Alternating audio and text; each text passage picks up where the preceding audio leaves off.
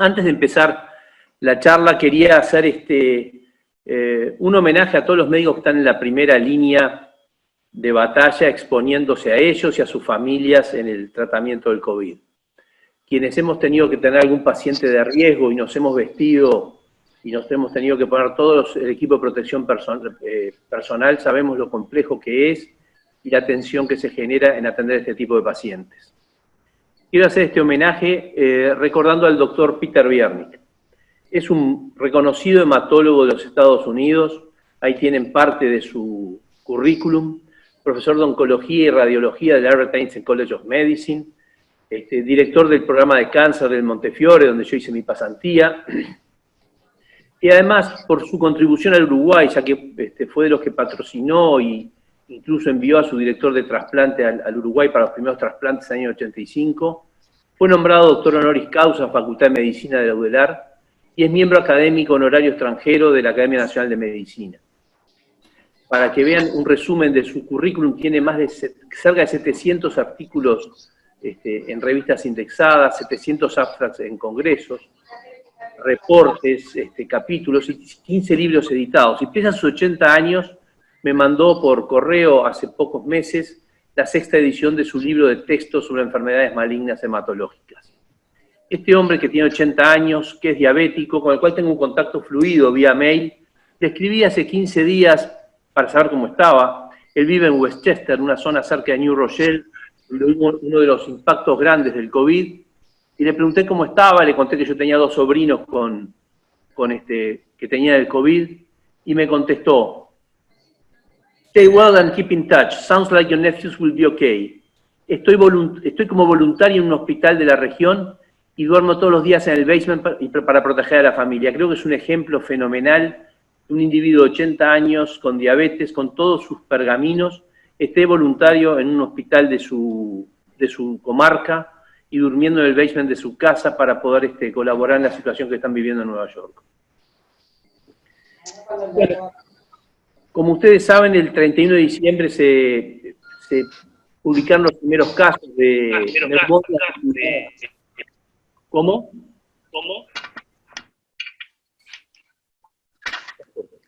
Se hablaron de los primeros casos de neumonía vinculadas al mercado húmedo de Wuhan. En enero, el 7 de enero, se confirmó a través de las autoridades chinas la vinculación con el SARS-CoV-2, y en febrero del 2020 se denominó COVID-19 la enfermedad. El 12 de marzo, un día antes del 13 de marzo, que todos vamos a recordar para siempre en nuestro país, la Organización Mundial de Salud lo declaró pandemia. Desde entonces vimos que hay un montón de blogs, podcasts, interviews, guías de sociedades científicas, publicaciones, etc. En una revisión que hice hace 2 días en Google Académico había 181.000 citas. Y si vamos al PubMed ya hay 5.414 publicaciones, pero Clinical Trials hay ninguna. Si uno filtra por Clinical Trials, el número es 0. Esto habla de por qué tenemos tanta incertidumbre en el manejo de esta enfermedad. Tenemos dudas del origen de esta zoonosis, de cuáles son las vías de contagio realmente de riesgo, cuánto influyen los fomites en todo esto, cuánto pasa del tiempo de contagio hasta la enfermedad, se genera inmunidad, es la misma permanente o no. Hay mutaciones, este coronavirus ha demostrado una alta capacidad de mutación y no sabemos qué implicancias tiene esto en su infectividad y en su riesgo. Hay muchas discusiones sobre la fisiopatología y voy a tratar de referirme a ella cuando hablemos de hematología. Hay dificultades en los test diagnósticos, en el acceso a los mismos, en la confiabilidad de quién lo está haciendo, porque en muchos lugares está haciendo gente que no trabajaba en PCR previamente. Hay dificultades en la serología, que tan buena sería si fuera 100% confiable para poder marcar las poblaciones que ya lo tuvieron y tendrían cierto grado de inmunidad. Los tratamientos todavía no están definidos y no conocemos las secuelas, y no me refiero solo a las secuelas orgánicas, me refiero a las secuelas psicológicas, económicas, sociales, que nos va a determinar esta pandemia. Voy a hacer 3 puntos en mi hoja de rutas, tomo las palabras de Novoa. ¿Qué fuentes de información estamos usando? ¿Qué plan de contingencia hicimos en la unidad del Hospital Británico como para manejarnos esta situación? y cuáles son las alteraciones hematológicas en el COVID. Fuentes de información. Estamos usando la Sociedad Americana de Hematología, tiene todos los días una actualización, define por patología qué es lo que hay que hacer en cada situación, con COVID y sin COVID, y define también cómo hay que tratar a estos enfermos que debutan en este momento. Esto por patología es muy variable y es difícil traspolar a cada región, porque son distintos los recursos en los distintos países y son distintos los recursos en la situación de epidemia de cada país. El otro día, el viernes pasado, hablando con la gente de Salamanca, un hospital de referencia que tiene 28 hematólogos, me decía que 6 de ellos están trabajando en cuidados intensivos con un entrenamiento rápido. Y que las enfermedades hematológicas o hemato-oncológicas que están tratando son las de altísimo riesgo, una leucemia aguda o un linfoma agresivo. Que las otras están difiriendo tratamientos y que hacen las biopsias y pueden hacer biopsias. Y hacen tomografías y pueden hacer tomografías. Y no hacen radioterapia porque no quieren que los enfermos vayan 20 días consecutivos al hospital. Lo cual lleva a una situación casi de guerra. Entonces, cuando uno lee estas guías, uno tiene que adaptarlas a su país y a la situación que está viviendo su país en ese momento. También están las guías de la Sociedad Europea de Hematología, las guías del Registro Europeo de Trasplante de Médula Ósea, que es la que usamos nosotros para hacer nuestro propio plan de contingencia, las guías del Registro Internacional de Trasplante, las guías de la International Society de Thrombosis y Hemostasis, que estas son muy importantes porque están muy vinculados a todos los trastornos coagulopáticos que se producen en estos pacientes. Y como dijo Arcos desde hace 3 días, las guías del NIH. Pero si uno busca las guías del NIH, y hablando de la incertidumbre, que también lo mencionó José Pedro, la frase más mencionada es: hay insuficiente evidencia clínica como para recomendar o no recomendar. Y esto es lo que genera que estemos trabajando en una situación de mucha inseguridad. ¿Qué plan de contingencia hicimos en el Hospital Británico? Nosotros, cuando hubo los primeros casos en América del Sur y todavía no había casos en Uruguay, hicimos un comité de contingencia dentro de la unidad de hematología, donde estaba yo como encargado de la unidad, y pusimos a los jefes de área, pusimos al ingeniero que nos ayudó en el manejo del plan de calidad de la unidad, e incorporamos, por supuesto, también al médico que se ha encargado del programa de calidad. Con ellos elaboramos un plan de contingencia y lo que hicimos fue dividirlo en 4 fases. Todavía no había casos en el país. Después, para la fase 2, que es la que estamos viviendo actual con casos en el país. La fase 3, si había casos en la unidad de trasplante o enfermos nuestros. Y la fase 4, ya casos con el personal. En cada una de estas fases tuvimos en cuenta el personal y su forma de trabajo, los insumos que había que prever, cómo tenía que hacer la asistencia en internación y en policlínica y cómo teníamos que comunicarnos entre nosotros. Del personal, lo primero que hicimos fue el no contacto personal.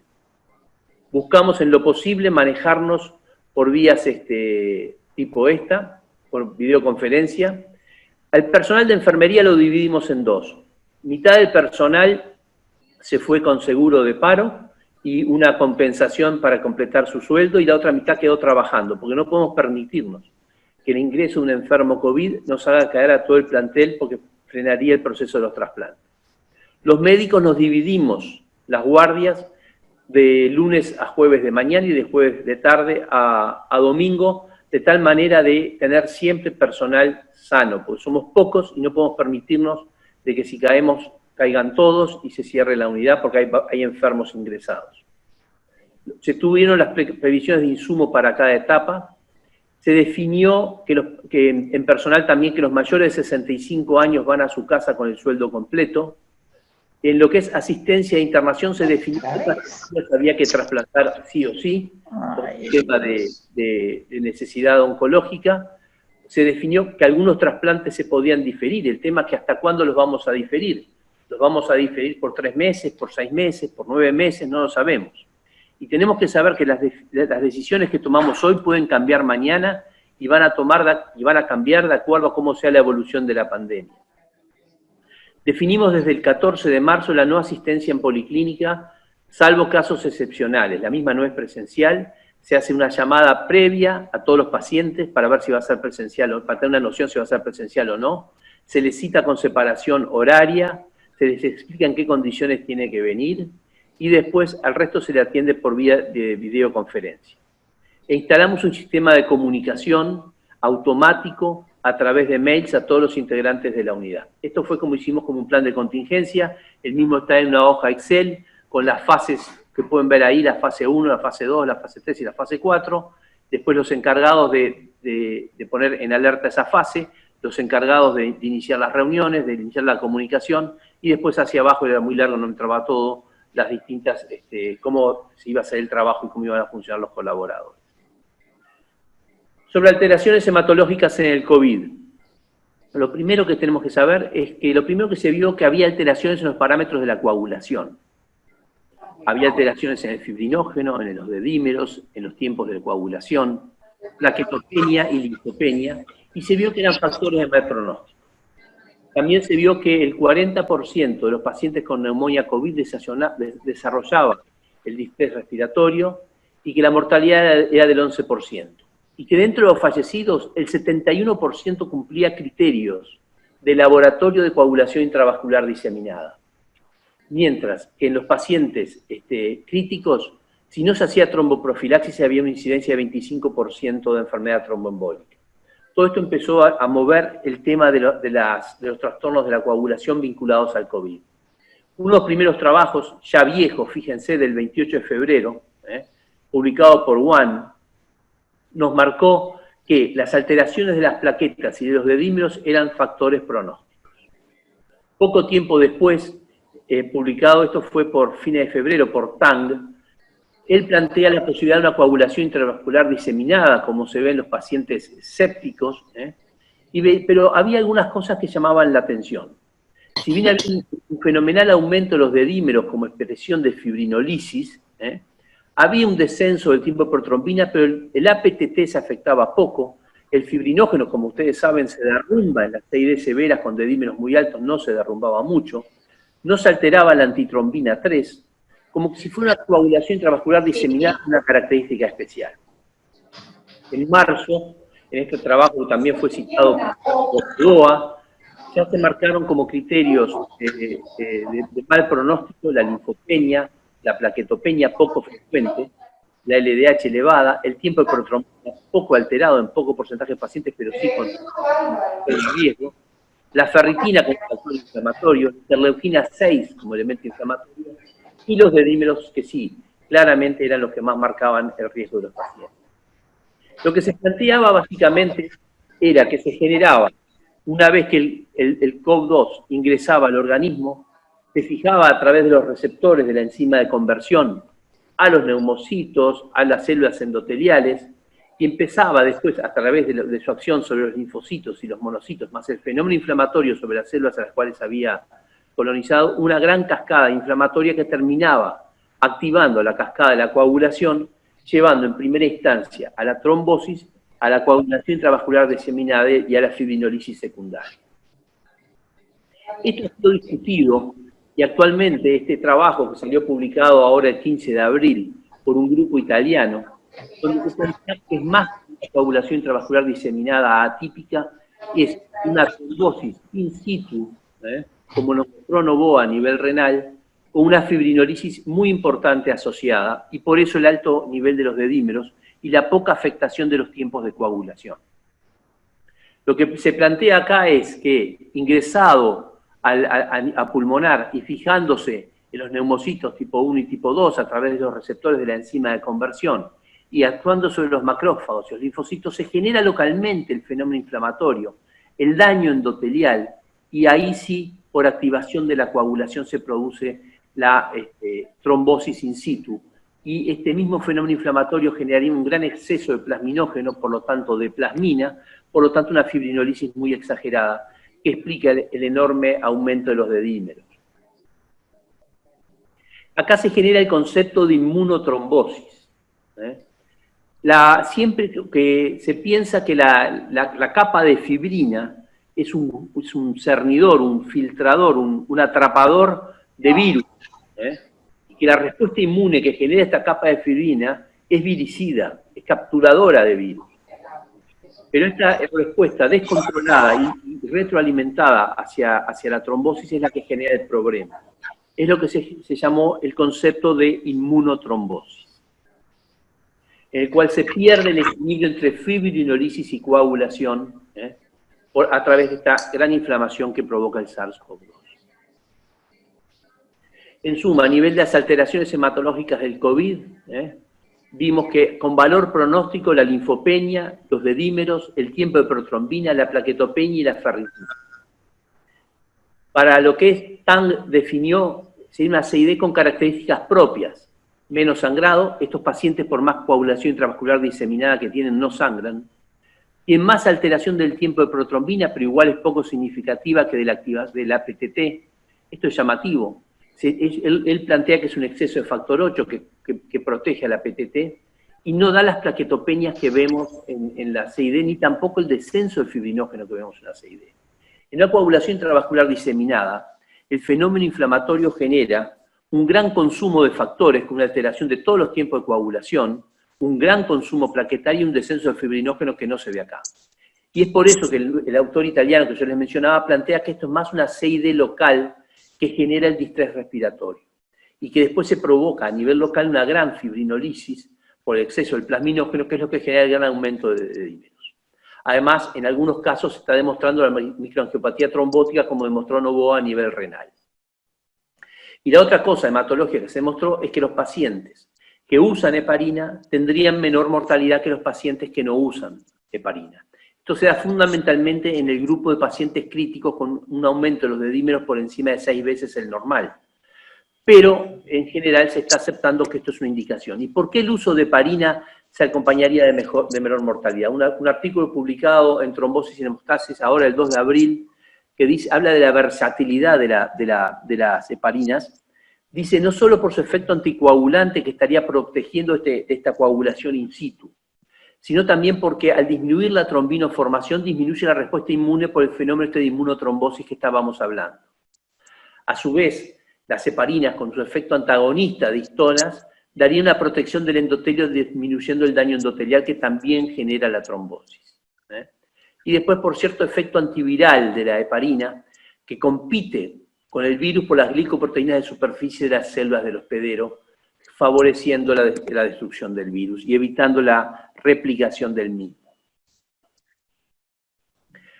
Este trabajo lo quería traer, es del 15 de abril, fue presentado en el Journal de la American College of Cardiology, todavía no está publicado, pero es muy interesante porque repasa todos los mecanismos. Primero es un trabajo internacional, hay gente de Inglaterra, de Australia, de Estados Unidos, de Italia, reconozco algunos coagulólogos famosos de esos países, y este trabajo menciona, aparte de todos los mecanismos fisiopatológicos, menciona hechos fundamentales también, como es que hay que tener mucho cuidado con el uso de drogas que conocemos poco. Drogas a las cuales no estamos acostumbrados, drogas que todavía no están aprobadas ni son de uso común, que interfieren con otras drogas. Las interacciones farmacológicas de estos antivirales, como el remdesivir, sobre las vías de metabolismo hepático, hay que tomarlo en cuenta cuando se usan, por ejemplo, clopidogrel, o estos pacientes vienen con clopidogrel. Me pareció que era un trabajo que quería mencionarles, lo leí recién hoy, pero todavía está en draft, pero ya está disponible en forma gratuita. Y hay múltiples guías, esta versión del Massachusetts General Hospital es del 14 de abril, pero quería mostrar la guía que hizo la cátedra de la Facultad de Medicina de Uddelar sobre el uso de la heparina. No les voy a marcar todas las situaciones, pero están todas las situaciones previstas y las dosis que deben de ser usadas. Y a forma de resumen dice que hay que hacer heparina a bajo peso molecular a dosis profiláctica con todos los pacientes que ingresan por COVID-19, que si no es factible por algún motivo o contraindicación hay que hacer tromboprofilaxis mecánica, que hay que usar dosis intermedia en los pacientes de alto riesgo trombótico, y que hay que usar dosis de anticoagulación en aquellos pacientes críticos o con enfermedad tromboembólica venosa confirmada o no, pero si se sospecha se debería de hacer.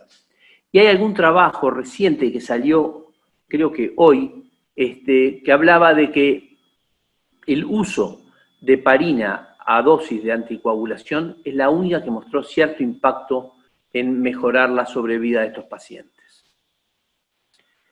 Como academia quiero hacer una reflexión final. Haber escuchado la reunión del plenario de hoy me lleva a pensar si no es necesario, no en forma obligatoria, pero aumentar el número de plenarios por lo menos a una vez por semana. La academia tiene una responsabilidad social que la está cumpliendo fenomenalmente. Pocas veces hemos visto a la academia tan involucrada con la salud de la población. Creo que como académicos tenemos que anticipar a la curva y no seguir a la curva. El seguir a la curva nos va a hacer siempre ser reactivos, que yo entiendo que hay que ser reactivos y tomar acciones reactivas con necesidad. Pero hay que ser más proactivos, hay que basarse en estudios, hay que ser más creativos. Tenemos que tener ideas y me pareció fantástico escuchar y saber de esta comisión que formaron Henry Cohen, Radi y el matemático Paganini para anticipar a la curva y tomar las resoluciones.